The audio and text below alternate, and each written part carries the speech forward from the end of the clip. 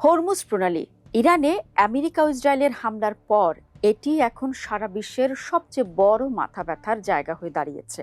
এখন যুদ্ধের চেয়ে বড় ঘটনা হয়েছে হরমুজ প্রণালী কিভাবে সবার জন্য উন্মুক্ত করা যায়।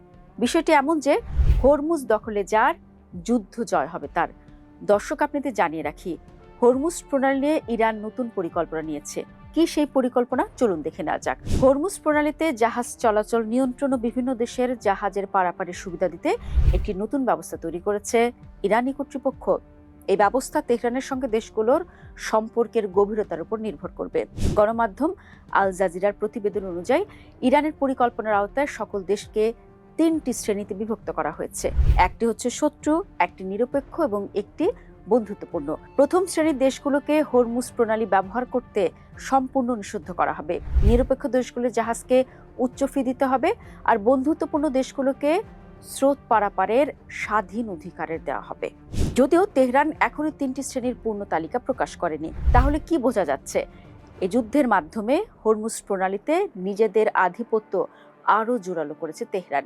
জনস হপকিন্স বিশ্ববিদ্যালয়ের অধ্যাপক এবং সাবেক মার্কিন কর্মকর্তা ওয়ালি নাসর বলেন, ইরানিদের কাছে হরমুজ প্রণালী এখন তাদের পারমাণবিক কর্মসূচির চেয়েও বেশি গুরুত্বপূর্ণ। পারমাণবিক কর্মসূচি ছিল প্রতীকী, কিন্তু এই প্রণালী এখন তাদের টিকে থাকার একমাত্র মাধ্যম ও উপার্জনের উৎস। ইরান সরকার ইতিমধ্যে হরমুজ প্রণালী দিয়ে উচ্চাভিলাষী পরিকল্পনা ঘোষণা করেছে।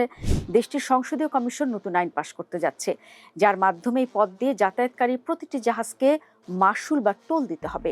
একই সঙ্গে অবন্ধুসুলভ দেশগুলোর জাহাজ চলাচলে নিষেধাজ্ঞা আরোপের পরিকল্পনাও রয়েছে তাদের।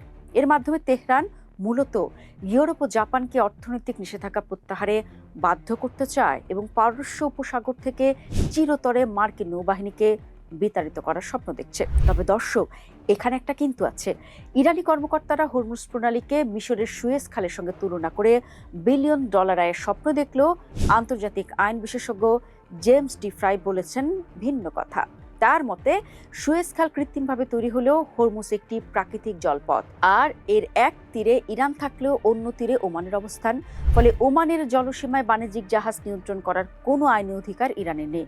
যদিও ইরানের নতুন পরিকল্পনায় ওমানের যুক্ত থাকার ইঙ্গিত পাওয়া গেছে।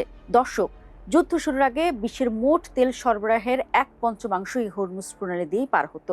এখন এই জলপথের নিয়ন্ত্রণই হয়ে দাঁড়িয়েছে যুক্তরাষ্ট্রের বিরুদ্ধে ইরানের সবচেয়ে বড় অস্ত্র। এই যুদ্ধের শেষ কোথায় তা এখন নির্ভর করছে একটি প্রশ্নের উপর: হরমুজ প্রণালী এবং বৈশ্বিক জ্বালানি বাজারের চাবিকাঠি কি শেষ পর্যন্ত তেহরানের হাতেই থেকে যাবে?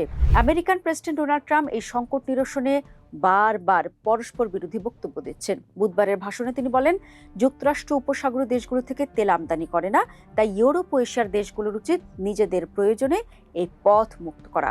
তবে এর কয়েক ঘন্টা আগে নিজের সোশ্যাল মিডিয়া প্ল্যাটফর্ম ট্রুথ সোশ্যালে তিনি এও হুমকি দেন, হরমুজ প্রণালী পুরোপুরি মুক্ত না হওয়া পর্যন্ত ইরানকে ধ্বংস করা হবে।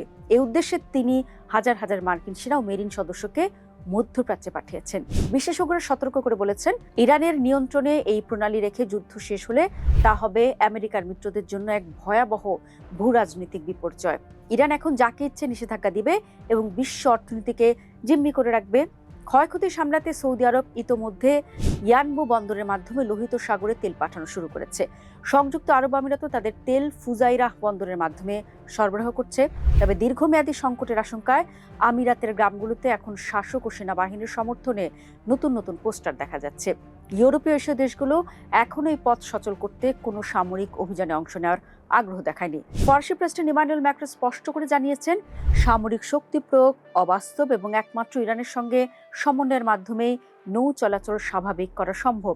এমনকি ইরানের মিত্রদেশ রাশিয়াও বলেছে, এই প্রণালী দিয়ে যে কোনো সিদ্ধান্ত উপসাগরীয় সব দেশের সম্মতির ভিত্তিতেই হওয়া উচিত। তবে হরমুজ নিয়ে আন্তর্জাতিক বিশ্লেষকরা যার যার মতামত দিচ্ছেন। যেমন বোর্স অ্যান্ড বেজার থিঙ্ক ট্যাঙ্কের গবেষণা পরিচালক মেহরান হাগিরিয়ান বলেন, হরমুজ প্রণালীকে জিম্মি করা হবে জলদস্যুতার সামিল, যা ইরানকে বিশ্বজুড়ে পুরোপুরি একঘরে করে ফেলবে। অন্যদিকে লন্ডন সিটি ইউনিভার্সিটির অধ্যাপক জেসন চুয়াহ এক জটিল সমস্যার কথা তুলে ধরেছেন। তিনি বলেছেন, ইরান সরকারকে মাশুল দিলে জাহাজ মালিকরা মার্কিন নিষেধাজ্ঞার কবলে পড়বেন, আর না দিলে জাহাজ ধ্বংসের ঝুঁকিতে থাকবে। তার মতে, ইরান যা চাইছে তা কেবল যাতায়াত মাশুল নয়, বরং এটি একটি আনুগত্যের পরীক্ষা, যা কোনো বাণিজ্যিক প্রতিষ্ঠানের পক্ষে দেওয়া সম্ভব নয়। সব মিলিয়ে ইরানের সিদ্ধান্তের উপরে নির্ভর করছে হরমুজের ভাগ্য।